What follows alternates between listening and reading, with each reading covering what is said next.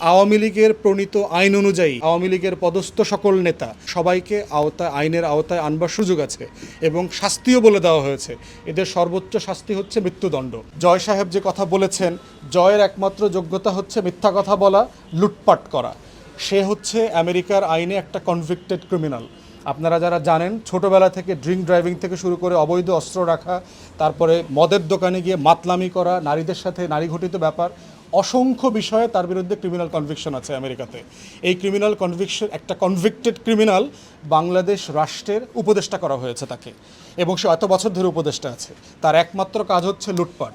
বাংলাদেশে দেখবেন 15 বছরে 2-3টা মন্ত্রণালয়ে কোনো মন্ত্রী দেওয়া হয়নি, প্রতিমন্ত্রী ছিল। তার ভিতরে একটা হচ্ছে তথ্য প্রযুক্তি প্রতিমন্ত্রী, আর একটা হচ্ছে জ্বালানি বিষয়ক প্রতিমন্ত্রী।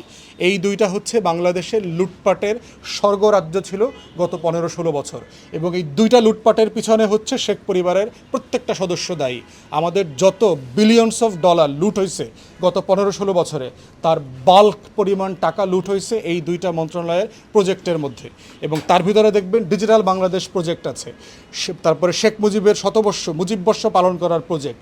যেই প্রজেক্টগুলোতে বাংলাদেশে গত 15-16 বছরে সবচেয়ে পরিমাণ বাজেট অ্যালোকেট করে লুটপাট করতে দিয়ে দেওয়া হচ্ছে, যেই ডিপার্টমেন্টগুলোতে মুক্তিযুদ্ধ ব্যবসা হয়েছে, চেতনা ব্যবসা হয়েছে, অসাম্প্রদায়িক বাংলাদেশ করবার ব্যবসা হয়েছে, এই প্রত্যেকটা ডিপার্টমেন্টের সাথে হলো জয়, শেখ পরিবারের সবাই জড়িত। এবং আজকে আপনারা দেখেছেন, বণিক বার্তা রিপোর্ট করেছে, সিআরআই নামে একটা গবেষণা প্রতিষ্ঠান আছে, এই প্রতিষ্ঠানের সাথে কারা কারা জড়িত। এবং সেখানে পুরো যে ফ্যাসিবাদের সমর্থক গোষ্ঠী যারা ছিল তাদের সবার নাম বলে দেওয়া হয়েছে। আমরা অন্তর্বর্তীকালীন সরকারকে বলবো, সিআরআই এত খারাপ আনপ্রফেশনালি যে ফেসবুক পর্যন্ত তার 50 থেকে 60টা অ্যাকাউন্ট বন্ধ করে দিতে বাধ্য হয়েছে, যেই মেটা আওয়ামী লীগ এবং ভারতের দালালি করেছে গত 16 বছর। এই পরিমাণ মিথ্যাচার এবং প্রোপাগান্ডা তারা করেছে। অতএব এই সিআরআইয়ের সাথে, সেন্টার ফর পলিসি ইনিশিয়েটিভের সাথে যারা জড়িত ছিল, যারা অ্যাডভাইজার পর্ষদ বোর্ডে আছেন, প্রত্যেককে আইনের আওতায় আনতে হবে। কারণ তারা বাংলাদেশে ফ্যাসিজম কায়েম করার পিছনে যে বুদ্ধিভিত্তিক বৈধতা তৈরি করবার জায়গা থাকে, এটা তারা করেছেন। আওয়ামী লীগকে নিষিদ্ধ করবার দাবি রাজনৈতিকভাবে উঠেছে এবং আইনি প্রক্রিয়াতে শুরু হয়েছে। নিষিদ্ধের অলরেডি ব্যাপারে মামলা হয়েছে। একটা বিষয় দেখেন যে আওয়ামী লীগ বিএনপি জামাতকে নিষিদ্ধ করতে চেয়েছে, আর বর্তমানে ছাত্র জনতার গণ অভ্যুত্থান আওয়ামী লীগকে নিষিদ্ধ করতে চাওয়াটা একই জিনিস না।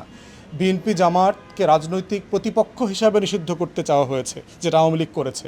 যারা বাংলাদেশের সংবিধান মানেন, যারা গণতান্ত্রিক প্রক্রিয়ায় নির্বাচন চান, যারা ভোটের মাধ্যমে নির্বাচিত হইতে আকাঙ্ক্ষা পোষণ করেন, যারা রাস্তায় আন্দোলন করতে চান, এগুলো গণতন্ত্র এবং সংবিধানের কোনো কিছুর সাথে পরিপন্থী না। কিন্তু আওয়ামী লীগের বানানো 15th অ্যামেন্ডমেন্ট এবং সেখানে যে আর্টিকেল 7A আমাদের সংবিধানে যোগ করা হয়েছে, তার প্রত্যেকটা ধারা উপধারার সাথে আওয়ামী লীগের রাজনীতি সাংঘর্ষিক। আওয়ামী লীগ অবৈধভাবে ক্ষমতায় আছে, গত 15-16 বছর ছিল।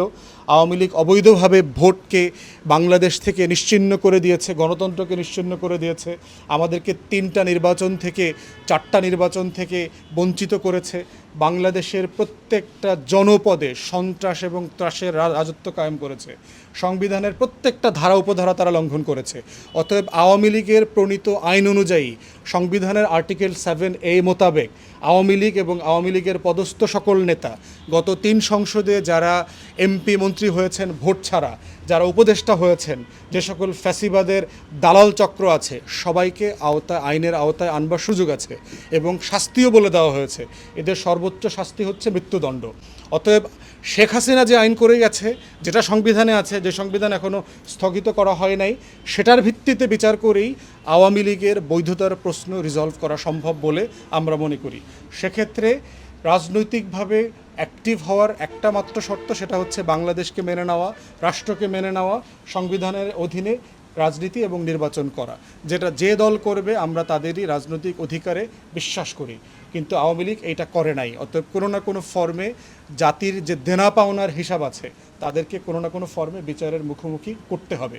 এটা করাটাই হচ্ছে সঙ্গত এবং ন্যায্য।